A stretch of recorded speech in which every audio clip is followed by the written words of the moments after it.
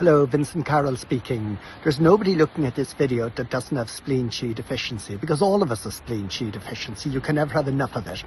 The only question is there enough for your daily activities? And for most of us, the answer probably is yes. And if it's not, we just do something to build it up. Maybe we rest, maybe we just have a particular good night's sleep or a lie-in in the morning or something, and we're all right then.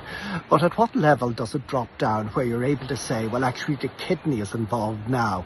I mean, there's no direct, I suppose, sharp division between spleen chi deficiency and kidney chi deficiency, either kidney yang or kidney yin chi deficiency.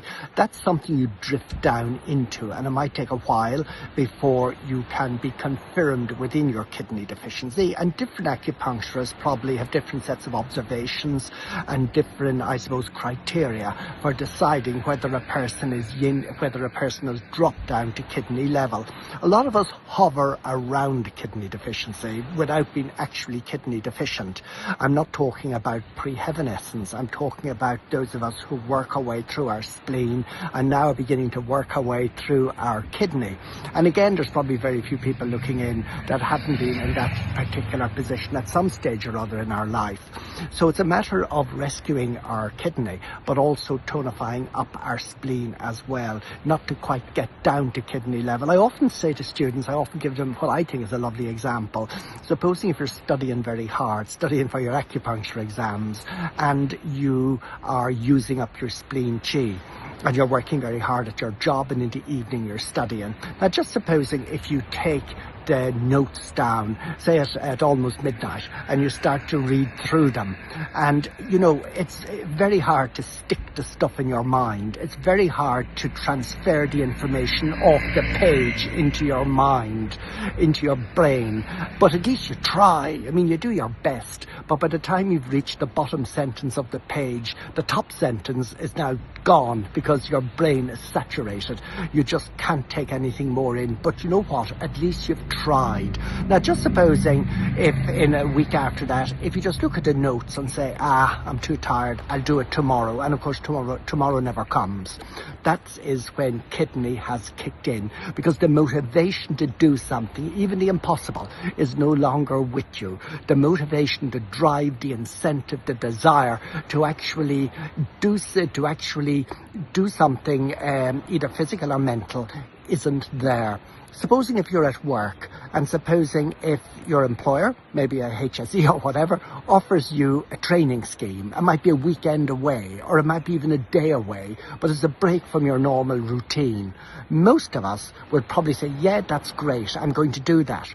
But some of us may very well say, well, that's a great idea, but not just now. It's almost as if the extra effort, even though it's of benefit to you, the extra effort is a bit too much. And I often find that's another example of when your kidney is down, when you don't act in your own best interest. All of us traditionally try to act in our own best interest. If we're offered something like a course for free, or a developing course or something like that, most of us will say, yes, let's do it. But some of us may find 1,000 reasons for not doing it. And when that happens, you have to ask yourself, is kidney down? You're still able to do your routine, and you're still able to disguise it, because routine drags you along. Your diary drags you along. You have to do it. It's in the diary. It's on your roster that your employer has given you. But you don't embrace it. You don't have the enthusiasm for it. When that happens, that is down to kidney level. But you can disguise it, and you still motor on in a zombified kind of way. You still achieve what you're doing by routine, because many of us work on automatic pilot. I mean, no matter the most complex jobs, driving a car, for example, most of the time is on automatic pilot. It shouldn't be, but it is. And it only becomes apparent if an emergency occurs. If somebody runs out onto the road, you have to be alert to bang on the brakes, for example. So if you're on automatic pilot going around in a half days, your reaction time might be less. So many of us exist on automatic pilot, even though our spleen chi is down to our boots and our kidney chi is down as well. But we still do it because it's on the roster, it's in the diary. So it can be difficult when you're asking questions, at least when I'm asking questions, to try to determine.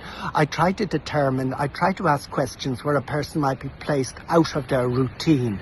So for example, example, applying for a course to do, for example, from your employers, or doing something different, or studying on another course, or embracing a new idea, or being enthusiastic about a new concept that comes your way, rather than say, this is interesting, but I'll just stick doing what I'm doing normally.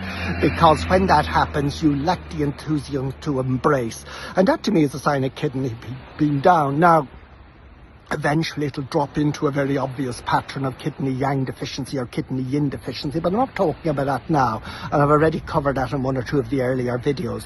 I'm talking about the person hovering around kidney deficiency, drifting in and drifting out of it, but their spleen chi is very much down before they drop down further into the world of kidney deficiency. So it's something to be very mindful of, where that person's at. And if in doubt, tonify the kidney. I mean, why not? Source point to the kidney 3 is a wonderful point. And if you feel their spleen yang qi deficiency, chances are they're going to go the kidney yang qi deficient route. Why not apply a bit of moxa to the Ming men to point do 4 and 1.5 sung lateral urinary bladder 23, inner back shoe of the kidney, 3 sung lateral urinary bladder 52, outer back shoe of the kidney. Just wave your moxa stick over and back several times, and that will give the person a boost, provided they're going down the route of yang qi. I mean, of course, they may be going down the route of yin qi, and then moxa is completely and totally contraindicated, as we all know, in a case like that. But for most of us, we are down on our spleen qi. We may hover near the kidney qi deficient level at some stage or other, and it's a matter of rescuing it. It's a matter of dragging ourselves back, tonifying the spleen, tonifying the kidney, and giving advice to prevent the person entering into that zone. But you'll only recognize it if you subtract from your own mental calculation about the concept of routine. The person might be dragged along by their diary. You've got to factor that in, and you've got to put the person in a position where there's nothing to prompt them or induce them or to drag them along, where independent decision making is part of what the person does. So for example, will you apply to go on that course? If you don't like your job, have you written up your CV, or is this something you're planning to do some other time? These are questions that indicate whether a person is down to kidney level or whether they're not. Thank you.